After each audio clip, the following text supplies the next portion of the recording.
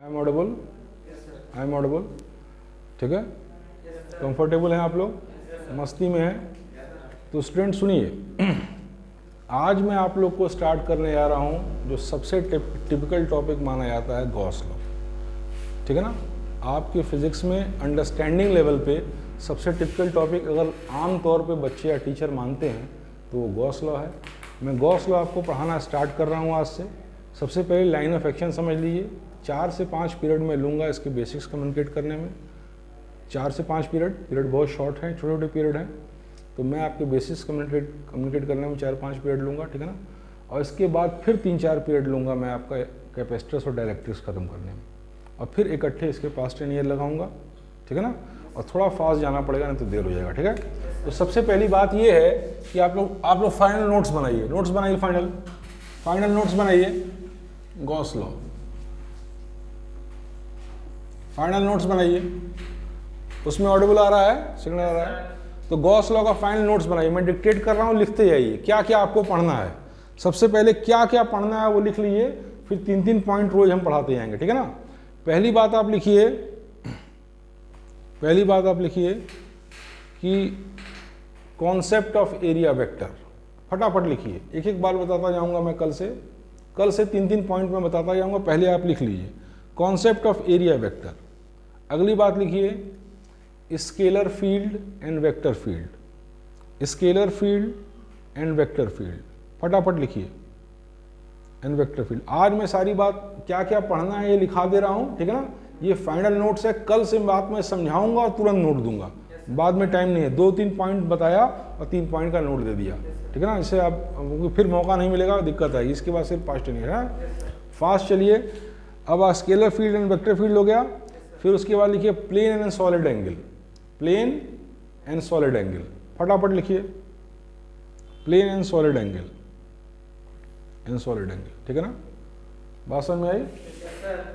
जो लोग आज क्लास में नहीं आए हैं वो वीडियो से शो कर लें। ये बात रिपीट नहीं होगी। मैं किसी भी सूरत में 30 अक्टूबर के पहले हमें ख़त्म करना है, नहीं तो एकदम दिक्कत हो जाएगी। 15 दिन आपको रिवीजन के लिए चाहिए। ठीक है ना, अच्छा उसके बाद आप लिखिए क्या है, क्या लिखा है आपको, प्लेन एंड सॉलिड एंगल। फिर लिखिए flux in general and electrical flux. Flux in general and electrical flux, and electrical flux, and electrical flux. अगली पॉइंट लिखिए आप Gaussian surface. Gaussian surface, Gaussian surface and its properties, and its properties. ठीक है, ठीक है, yes sir, Audible हो रहा है? यस सर, देखिए yes sir, Gaussian surface and its properties. अगली बात आप लिखिए गॉस लॉ। अगली बात आप लिखिए गॉस लॉ। ठीक है ना, अगली बात क्या है, गॉस लॉ। फिर नेक्स्ट पॉइंट आप लिखिए कि proof of Gauss law.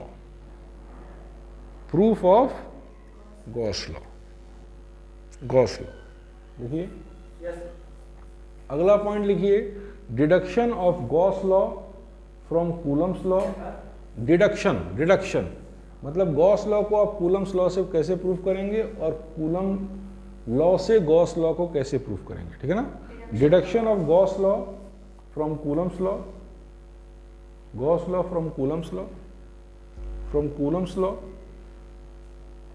And vice versa, और उल्टी बात है ना। बात समझ में आ रही? यस सर, और ये जो पॉइंट मैं लिखा रहा हूँ वो सबसे देर में लिखा रहा हूँ, लेकिन इसको पहले लिखाना चाहिए था जो अब लिखा रहा हूँ, तो उसको सबसे पहले लिख लीजिए, दिमाग से स्लिप कर गया था। सबसे पहले लिखिए significance of Gauss law. Gauss law आप क्यों पढ़ते हैं, क्या ज़रूरत है, क्या इसका सिग्निफिकेंस है। Significance of Gauss law, significance का मतलब होता है इंपॉर्टेंस, यूजेस, हम क्यों पढ़ते हैं गॉस लॉ, हम क्यों पढ़ते हैं, क्या इसका सिग्निफिकेंस है, क्या इसका इंपॉर्टेंस है, क्या यूजेस है। भाई गॉस लॉ पढ़ने जा रहे हैं, पहली बात तो आपको ही जानना है, yes sir, significance of Gauss law. ठीक है ना, फिर नेक्स्ट बात लिखिए, क्या लिखा था अभी आपने, अंतिम पॉइंट, डिडक्शन ऑफ गॉस, हाँ, from Coulomb's law and vice versa. उसके बाद नेक्स्ट पॉइंट आप लिखिए, नेक्स्ट पॉइंट लिखिए कि steps to evaluate, steps to evaluate steps to evaluate electric field intensity with the help of Gauss law,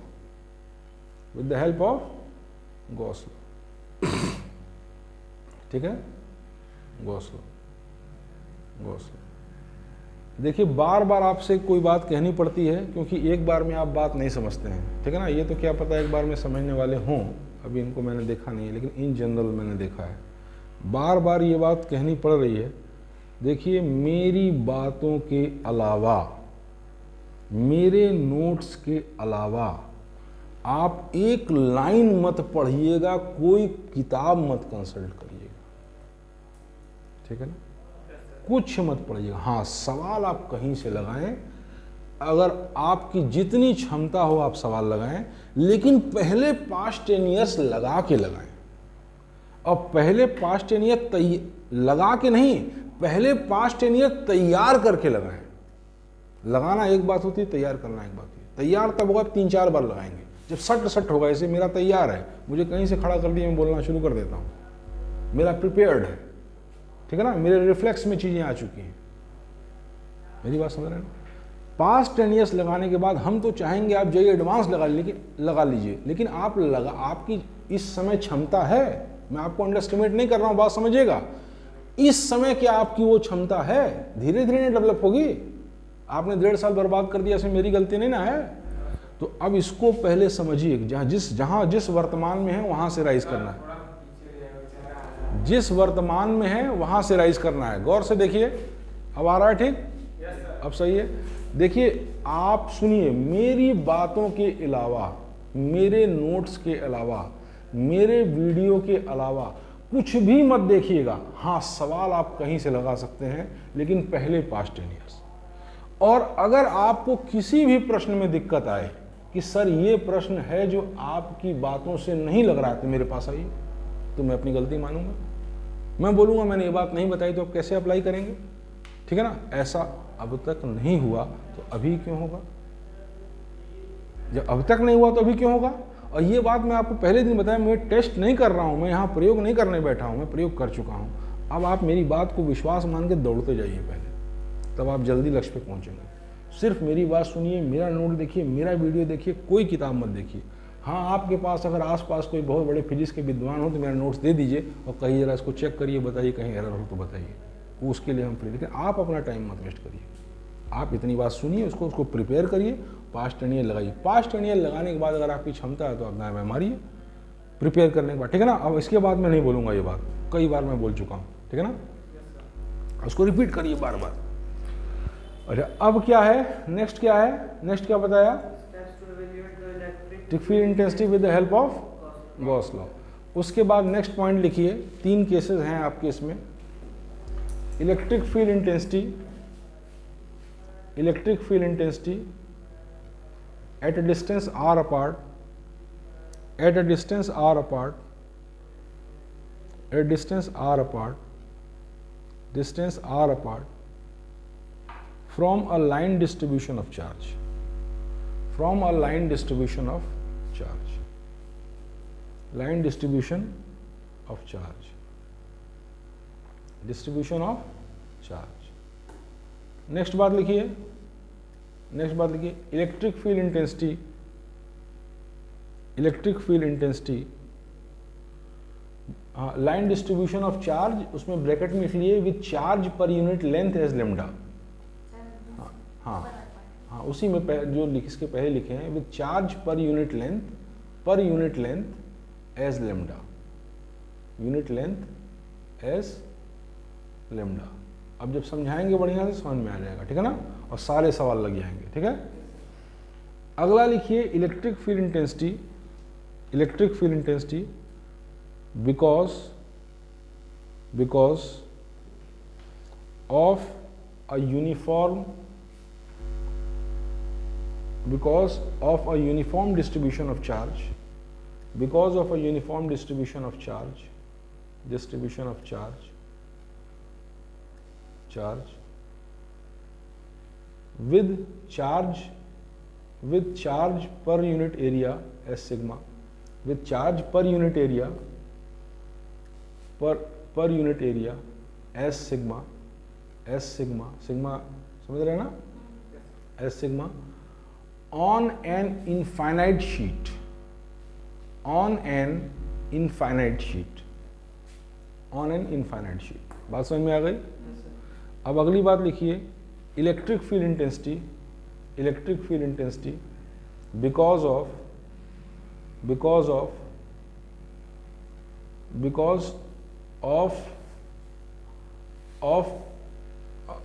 a spherical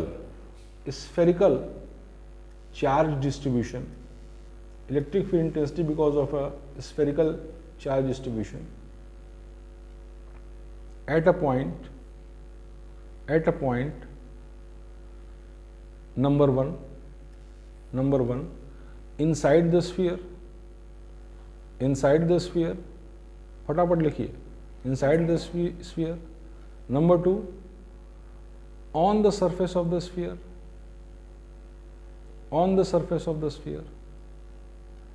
and number 3 outside the sphere,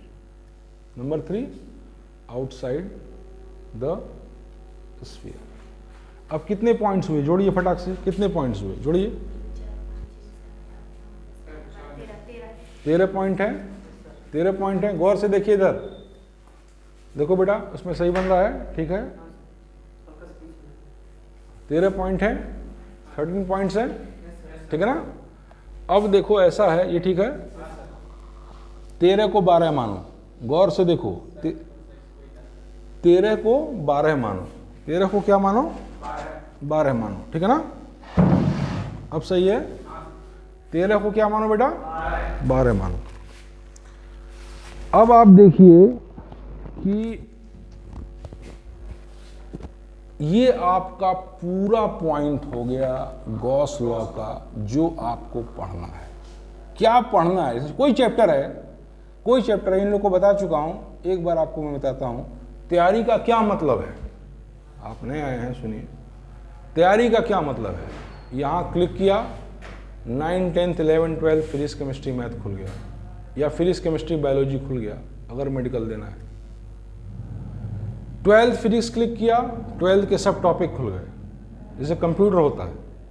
ये possible है, मैं तुम्हारे सामने खड़ा हूं, पॉसिबल है तभी तो है। मैंने कितनी जगह इस बात को डिमॉन्स्ट्रेट करके दिखाया है, अभी बोलो कहीं से।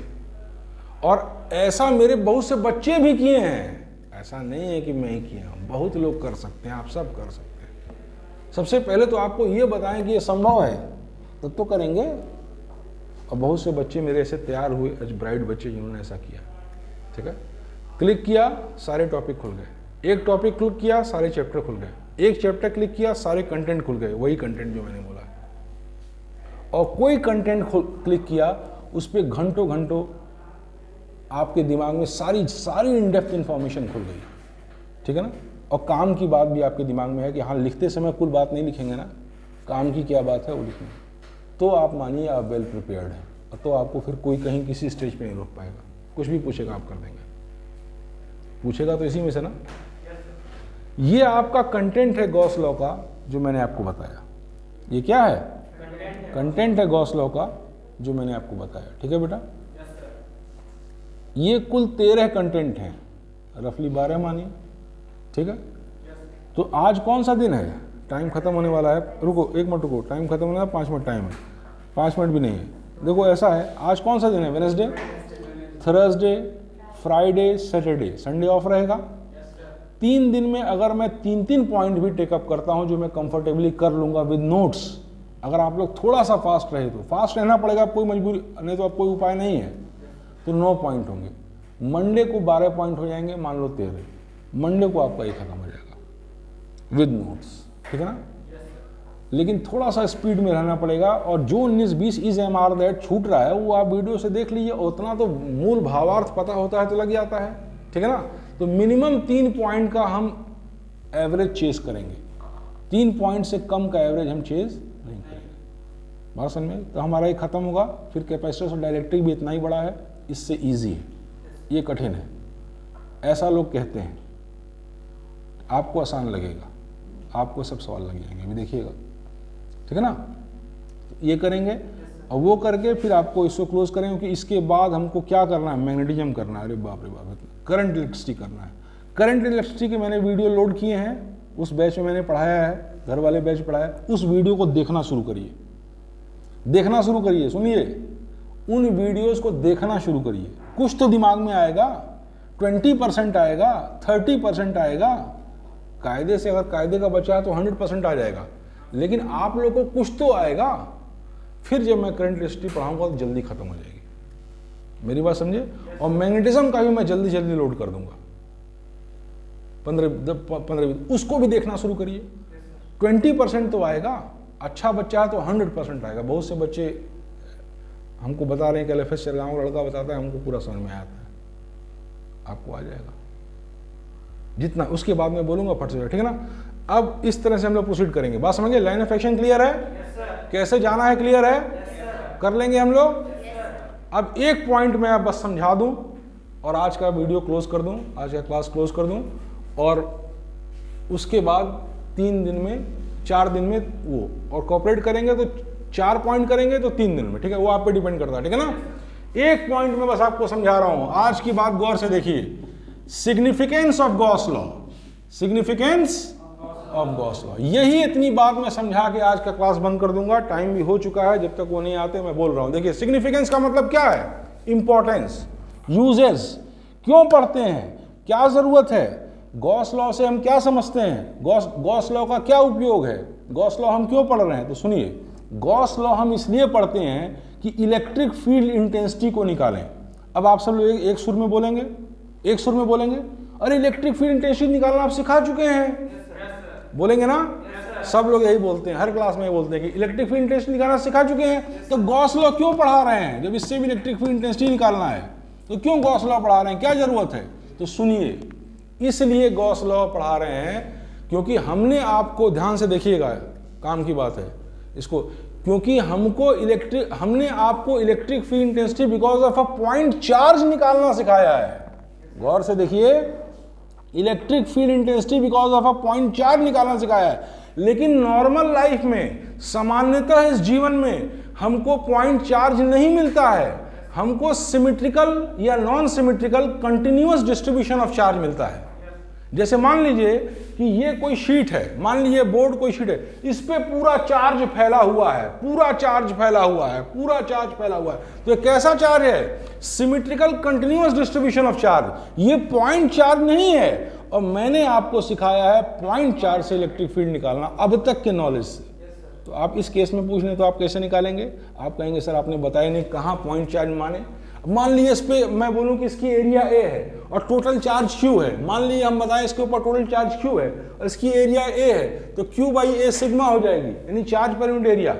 मैं आपको चार्ज पर यूनिट एरिया दे देता हूं, अब इसका सारा बता देता हूं, इसका वॉल्यूम लेंथ दे देता हूं, फिर मैं आपसे पूछूं इसकी वजह से इलेक्ट्रिक फील्ड इंटेंसिटी यहाँ निकालिए, तो आप लोग का दिमाग नहीं काम करेगा। तो इसे निकालें भाई, हमको तो पॉइंट चार्ज से बताया है कि अगर कोई पॉइंट चार्ज है Q, उससे r दूरी पे विद्युत क्षेत्र की तीव्रता निकालनी है, तो 1/4πε0 Q/r² होगा। आपने रटा हुआ है, आपको फोर्स बाई चार्ज होगा और ये इतना आएगा, ये आपको पता है। लेकिन नॉर्मल लाइफ में ये नहीं मिलता, symmetrical continuous distribution of charge मिलता है। मान लीजिए कि ये एक लाइन है, इस लाइन पे पॉजिटिव चार्ज है जो आपके सिलेबस में है, अभी हम समझाएंगे कैसे। ये प्लस इनफाइनाइट से और ये माइनस इनफाइनाइट तक है, और इसमें प्लस चार्ज है, और charge per unit length lambda है, यानी total charge upon total length कितना है, लेमडा है। ऐसे केस में मैं पूछ लूं कि इससे परपेंडिकुलरली r दूरी पे पॉइंट O पे विद्युत क्षेत्र की तीव्रता बताइए, इलेक्ट्रिक फील्ड इंटेंसिटी बताइए, तो आप कहेंगे नहीं निकाल पाएंगे, क्योंकि आपने हमको ये नहीं समझाया है, आपने केवल पॉइंट चार्ज बताया है। तो अब सुनिए सिग्निफिकेंस क्या है। Significance of Gauss law is, importance of Gauss law is to evaluate electric field intensity because of a symmetrical continuous distribution of charges। ठीक है ना। अब वीडियो कट कर दी।